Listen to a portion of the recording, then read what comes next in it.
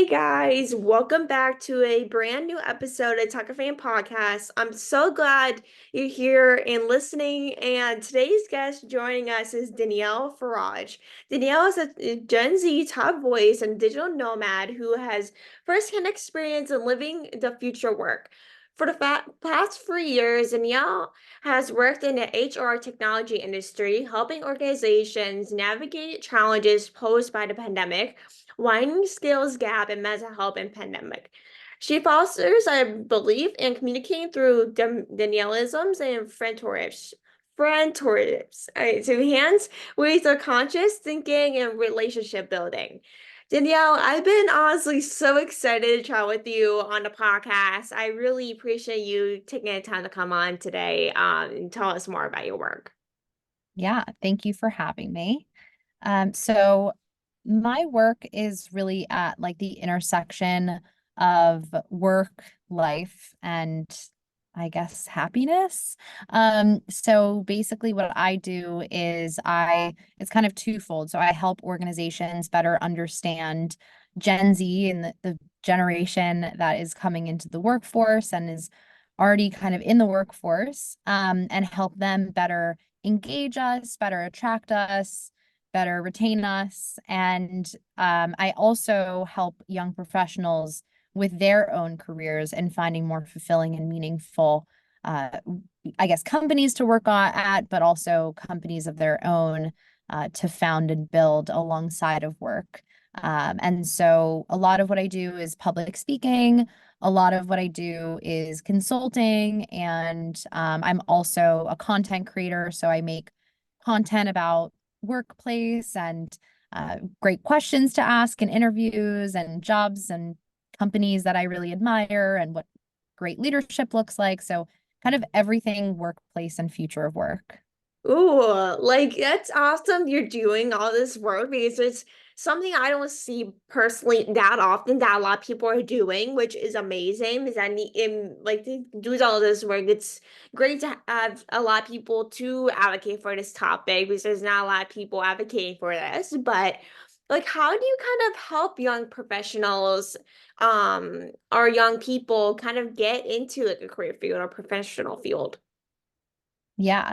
So a lot of what I work on is more with, one-on-one work and also like cohort-based learning. So like groups of young professionals who really want to learn a few things. One of those things is to how to get what you want, right? So you might feel like you're kind of boxed in, you maybe have been doing one thing for a while, and or you went a certain route in college and you feel like you're kind of limited to only that thing. And or maybe you're super junior in your organization and you feel like you don't really have a seat at the table.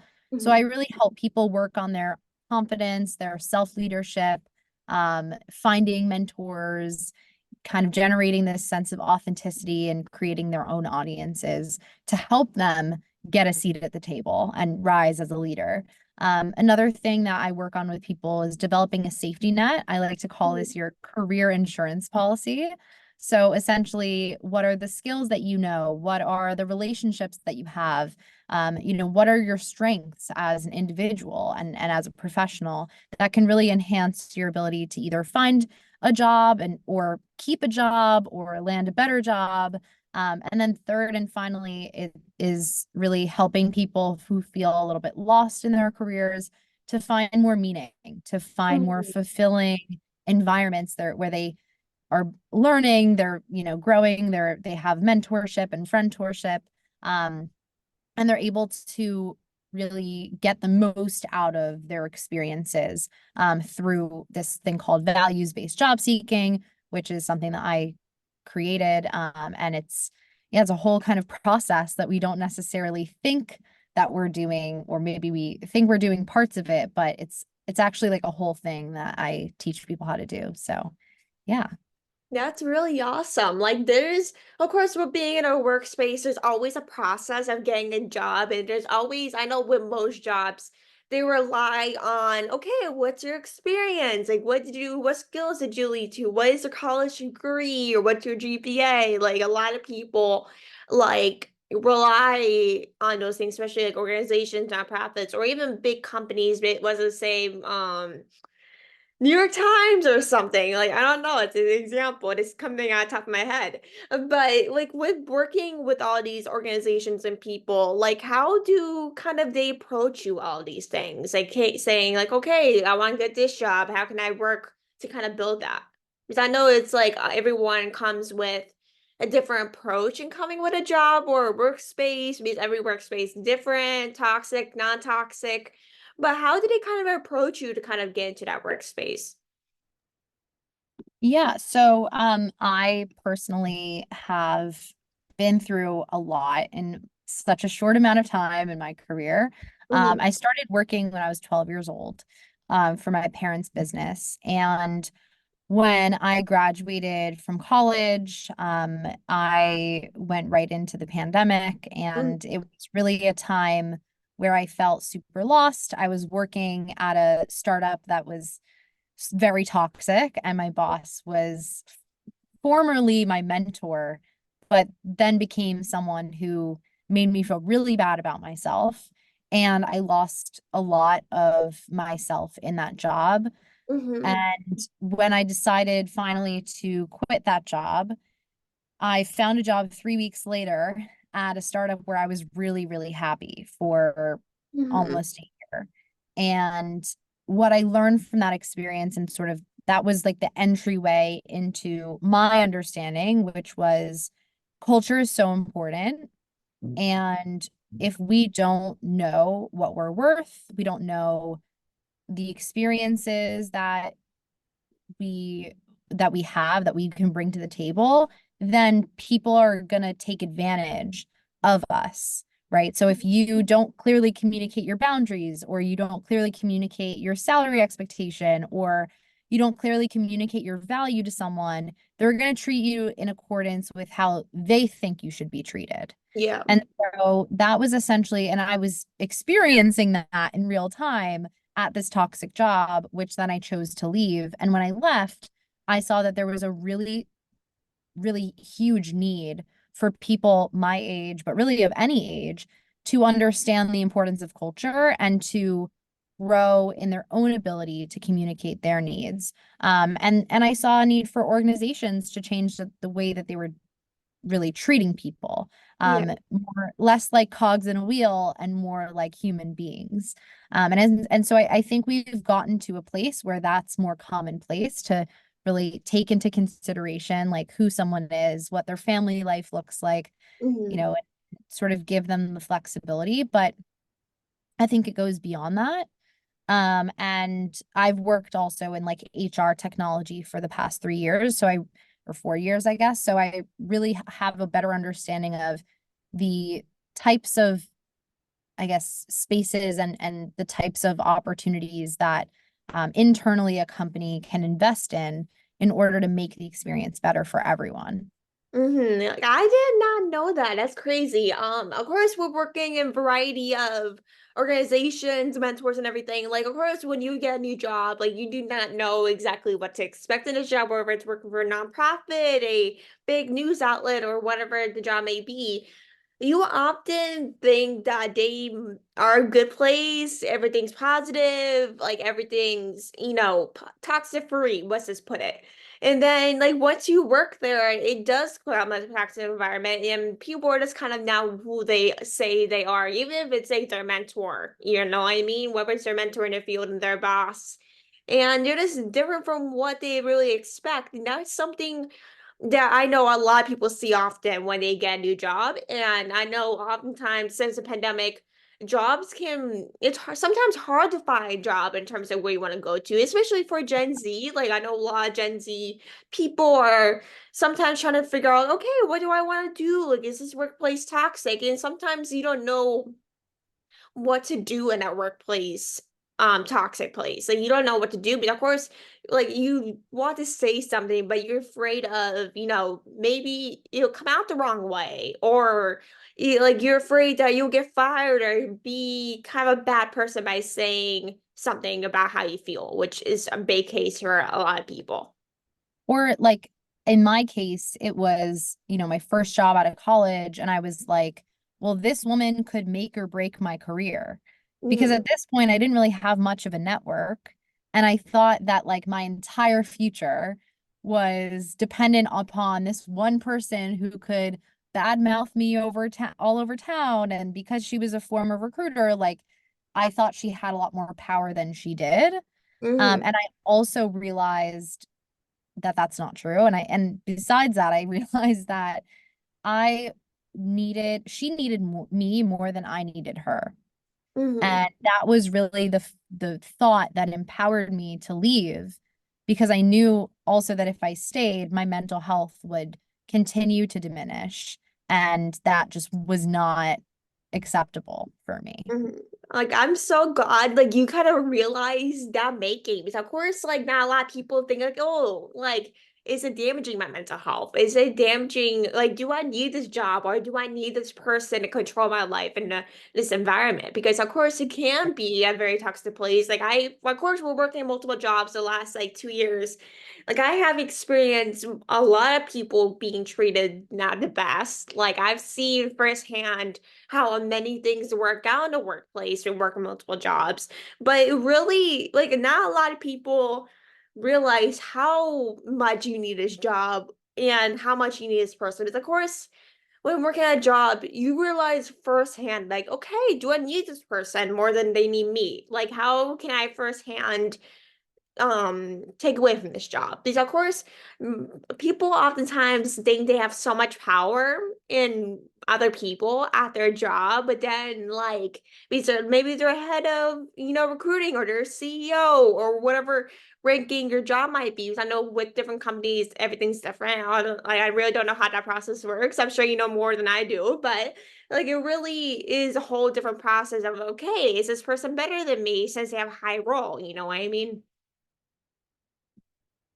But like, how did you kind of find self-acceptance when you were working in the workplace?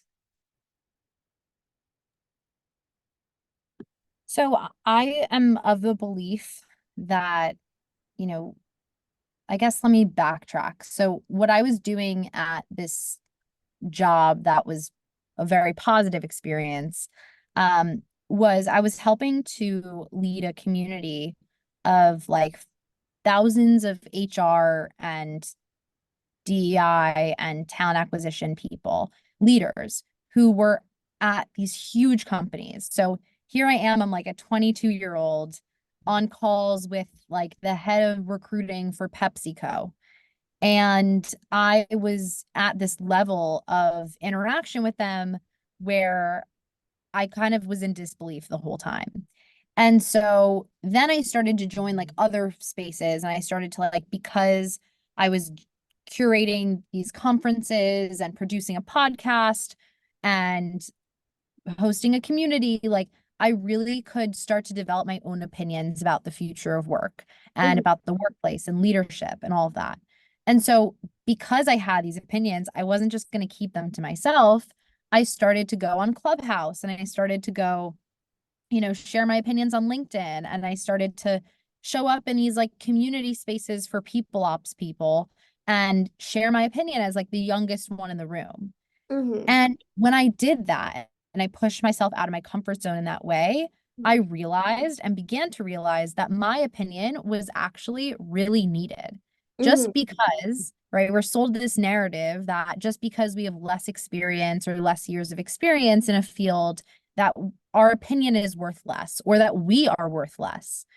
While it might be true that we get paid less, right, for maybe our time, it doesn't mean that our value is less than.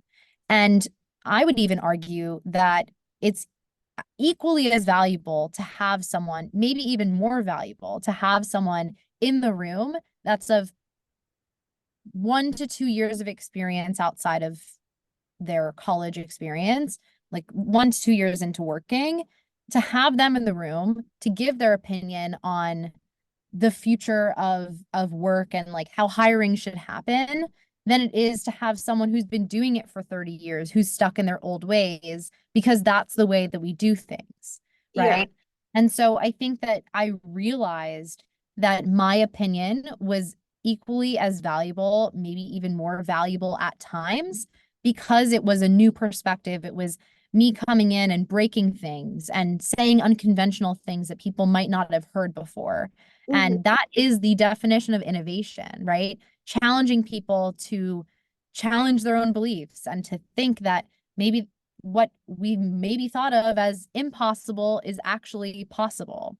And Hmm. so through the process of sharing my opinions and putting myself out there and making myself uncomfortable in those ways, I became a contributor and I became someone who people think as an authority figure in this industry and have gotten, a lot of features in Forbes and BBC and Harvard Business Review, as this thought leader in the future of work as it relates to Gen Z and like the next generation of workers. So I think that's how I've gained a lot of self-acceptance, is just sharing my opinion and seeing that it resonates with other people.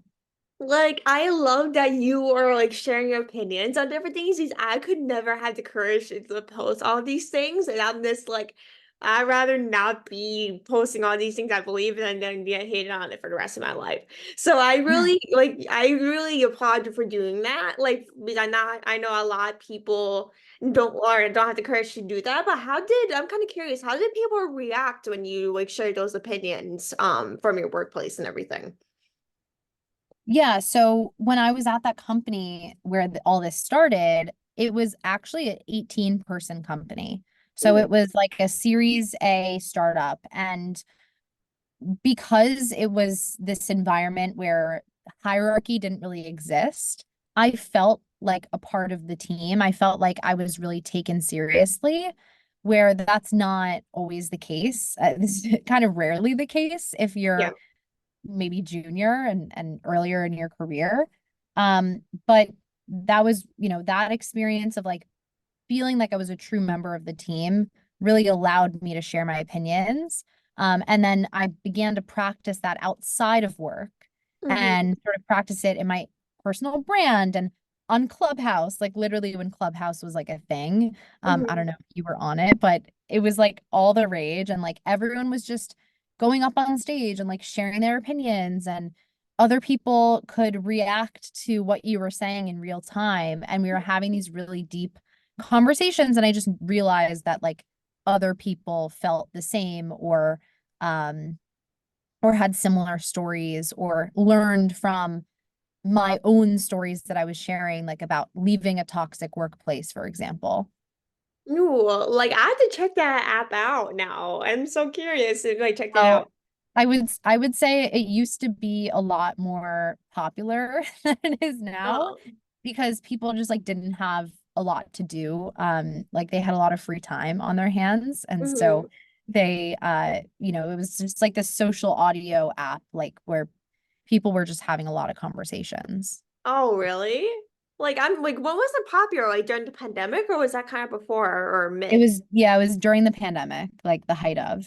Yeah, That's probably why since the pandemic and when everyone's stuck at home, they have more free exactly. time probably. Yeah. But like how did you kind of find your voice in the workplace? I know you kind of mentioned a little bit this as we went along, but how'd you kind of develop your voice and different topics? Of course, with being a toxic workplace, you don't know how people are going to react to different situations. And of course, from my experience, I'm always scared to say what I want to say because I'm afraid that the people might take it the wrong way or like they're gonna fire me from what I'm asking. Like, how did you kind of find a voice in that situation? I think it like a lot of it comes from developing your own sense of self-worth. And to your point, like when I was at that toxic environment, I didn't have much self-worth. My boss made me believe, and literally said this to me. She was like, if someone were to pay us both for our time, they would pay me a much higher rate, maybe quadruple what you would be making right now. Oh my gosh. And I was No like, way. Okay. And the reason she said that is because she thought I was wasting her time by asking her to show me how she formatted a spreadsheet.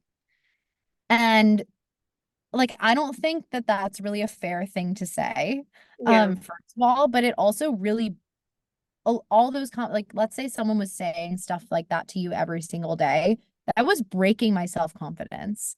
So I got to a point where I was questioning my worth and where I was like, should I even be doing this marketing thing? Like, is this really what I'm good at? Like, should I consider other things? And then the fact that she was formerly kind of the person I looked at as a mentor, and then she flipped. So I couldn't ask her questions about like other potential opportunities and career paths that I could explore. That was really hard. So I Mhm. really didn't have anyone. And then when I left that job and I found a new job where I was really happy and I had a really great boss, I think that was a turning point for me of like, oh, it wasn't me. It was actually them. And I never, from that day forward, let anyone treat me the way that that toxic boss did. And in my interviews and, subsequent interviews since then, like have really learned how to filter people like that out. Of Yeah. course, there's situations where it just happens. People are like really good at hiding their flaws sometimes, Mhm. especially narcissists. But I would say that one of the things I've just learned is just to remove yourself if you don't like what's going on. Just leave. And like it's okay to leave a job, thank God, because people do it all the time and like people are getting laid off and there's a lot of time between roles and I think that that's more normal now than it was, let's say, 10 years ago. So at least that's the case. Yeah, I totally agree because of course, like when you meet someone before you get hired at a job and they treat you right, I'm like, oh my gosh, like this person is honestly the best person for me, a better mentor to help me guide me. I would love to like maybe mentor me for the next couple of months or a year. It's depending on how long you're willing to spend. Because I know mentorship can take a lot of time and dedication. But once you maybe get that job, people can always change our personalities from what they were. Like from my experience, I've seen a lot of people and heard from a lot of people that were maybe nice to these people and were willing to take their time, then maybe turn and became a person they weren't when they work at this job. Maybe just to you working at this job, there can be plenty of reasons. And who knows, like this, it could be a variety of different reasons, and maybe because their home life is a wreck, or like it can be, or they're depressed, like it can be a many different reasons, and it might not be you. This might be what they're going through, but of course that can be a reason. But it's always a big way in terms of, okay, is this determining my self-confidence? Like, what is actually a big way for me to help control this job and if not be happy leaving? But like, how do you kind of like? I know you like said layoffs earlier. I wanted to bring up like, how do you kind of handle like layoffs in a workplace? Because I know a lot of companies do this maybe at least once or twice a year. I know a lot of companies do, but how do you kind of handle like the layoffs with what you're doing? Yeah. So I actually did a post about this a few months ago because I was laid off. And what I focused on in that post was more like the emotional side of handling a layoff because I think what people don't really realize or like it's not emphasized a lot in pop culture, I guess, or social media is how emotionally draining it is to like lose your job. Oh, 100%. Obviously, financially, you feel the pressure, but emotionally, losing a job is like, especially when you're laid off, is like losing, the relationship, like being broken up with, right? And so I think a lot of handling a layoff is like dealing with the emotions behind it. And I would say, like, first and foremost, just like allowing yourself to feel the emotions that you feel, giving yourself sort of the space and the time if you can to do that because it's really emotional.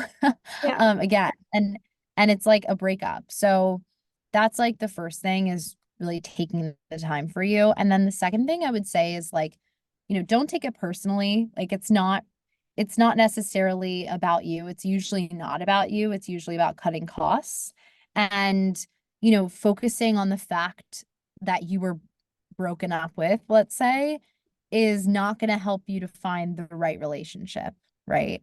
Yeah. And so I would say just like don't take it personally. The third thing I'd say is like lean on your network. Whatever network you have, right? Like take the time to reconnect with it, reconnect with people who have supported you throughout, your last job search or since you've been at the job you were at, people that you maybe worked with, you could reach out to, but like you don't need to right away. I would say maybe if it still stings to like talk to the people you used to work with, let it sting and like let it sit. Fourth, I would say prioritize yourself. Like no one's more important than you. So prioritize, maybe taking the time that you get for severance, like to focus on the aspects of your life that you want to improve while you're laid off. Make a bucket list, right? To figure out, okay, if I got a new job tomorrow, what would I regret not doing while I was laid off? And then I would say finally, just like recharging and like learning how to plan your days based on what your new goals are and like what that bucket list kind of looks like. And that could involve job searching. It could also involve like job searching 2 days a week because it's a very emotional process again. Um, and then prioritizing like your hobbies or your relationships or developing a new skill like the other 3 days a week. So that's like how I would handle a layoff if I had to do it again. Yeah, that's a great way. So like to handle it. Because of course, I hope I don't deal with layoffs. I hope I don't.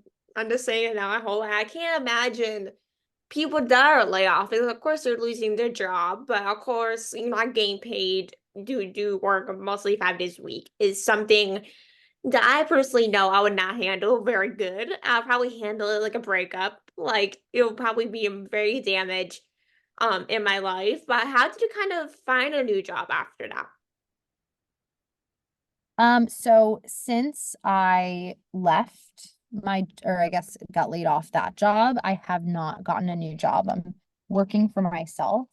But if I were, or like if I reflected on other times I've gotten jobs, it's really been through networking.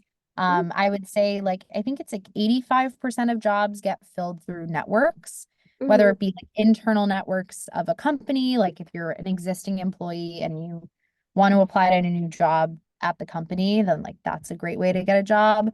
Or external network. So like a lot of what I spend my time doing is networking with people. And since I got laid off, like, or I guess since I left the toxic job in 2020, networking has been a huge priority for me because I know how important it is and like how crucial it is for your career and like your personal growth.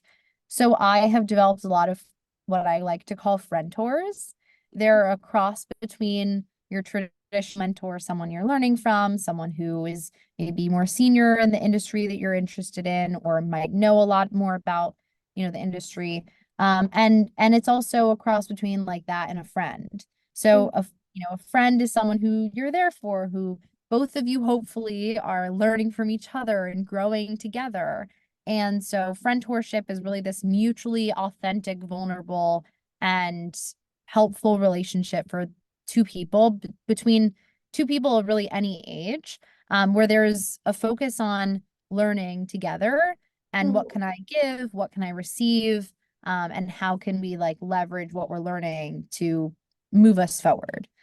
So that is what I've really been focusing on. And most of the relationships that I've cultivated have been through LinkedIn. So it's a really great platform to For sure. It's honestly, LinkedIn is honestly one of my favorite platforms ever. Like, I'm yeah, so thankful for LinkedIn and how much like time I spent on it. Like, I spent on it maybe a couple of hours a day just looking it's through. great. I love it. But I want to thank you so much, Danielle, for coming on and taking the time to come on the podcast. I learned so much from you today. I hope maybe we can do another episode next couple of months. I would like, love to learn more about everything you're doing, but I really Yeah. appreciate you coming on and taking the time to chat. Thank you so much. And yeah, if anyone wants to reach out to me, I'm just Danielle Farage, like garage with an F at the beginning, on all the platforms. And yeah, feel free to reach out. Yeah, make sure everyone to go check her out. I recommend. And thank you everyone for listening. I hope everyone enjoys the rest of their day. Make sure to subscribe and review. And thank you so much, Neil, for joining us today. I hope you have a great rest of your day. All right, bye. Bye.